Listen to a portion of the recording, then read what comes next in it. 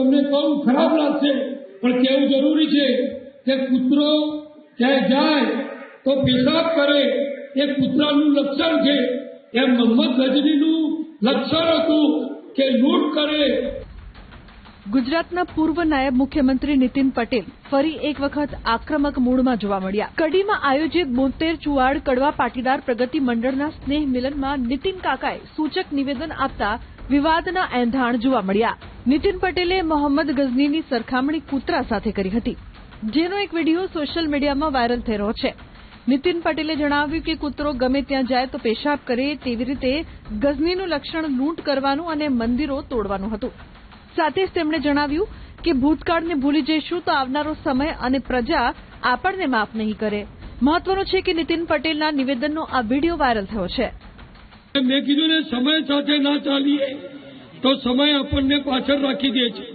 એમ ભૂતકાળને જો ભૂલી જઈએ, ઇતિહાસને જો ભૂલી જઈએ તો આવનારો સમય, આવનારી પ્રજા આપણને માફ કરતી નથી। પણ આપણે બધા સદભાગી છીએ કે આપણે હિન્દુઓ, આપણે સનાતનીઓ એ ભૂતકાળને ભૂલ્યા નથી।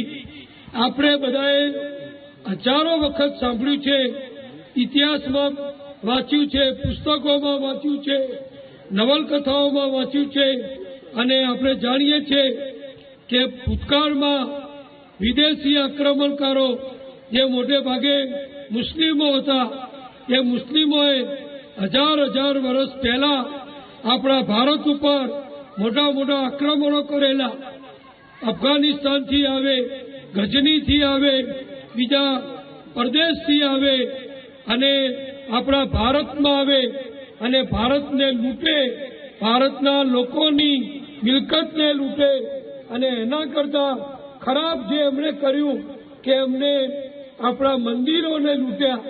આ મોહમ્મદ ગજની જે હતો, એનું નામ બધાએ સાંભળ્યું છે, એ લૂંટારાનું, એ લૂંટારો હતો। એ લૂંટારાએ આપણા ભગવાન સોમનાથનું મંદિર 17 વખત એણે લૂંટ્યું હતું।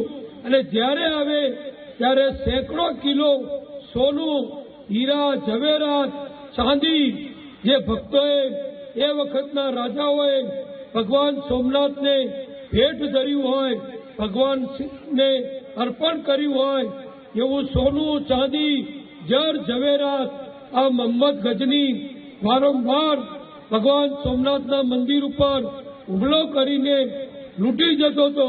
અને બીજું એનામાં એક અપલક્ષણ હતું કે લૂંટ તો કરે પણ મંદિરોને પણ એ તોડી નાખતો હતો।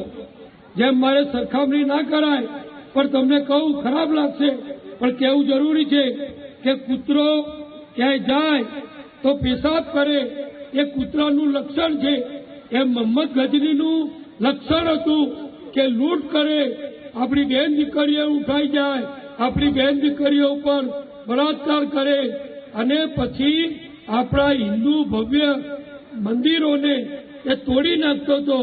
આવું સેંકડો વર્ષ સુધી આ મોગલોએ, આ મુસ્લિમોએ, આ વિધ્વંસકોએ એ આપણા ભારત ઉપર અનેક આક્રમણો કરી અને આખા ભારતને, ભારતની સંસ્કૃતિને, આપણા હિન્દુ ધર્મને ખૂબ મોટું નુકસાન કરવાનો પ્રયત્ન કરેલો।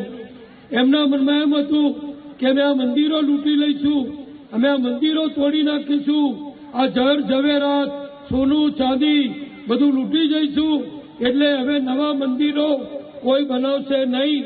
પણ એ ગજનીઓ આવ્યા ને ગયા, બીજા કેટલાય આવ્યા ને ગયા, મોગલો આવ્યા ને ગયા, ઔરંગઝેબ આવ્યો ને ગયો, પણ એ બધાએ જે વિચાર્યું હતું કે અમે હિન્દુ ધર્મને, એના મંદિરોને કાયમ માટે નુકસાન કરશું, પણ એ હંમેશા ખોટો પડ્યો।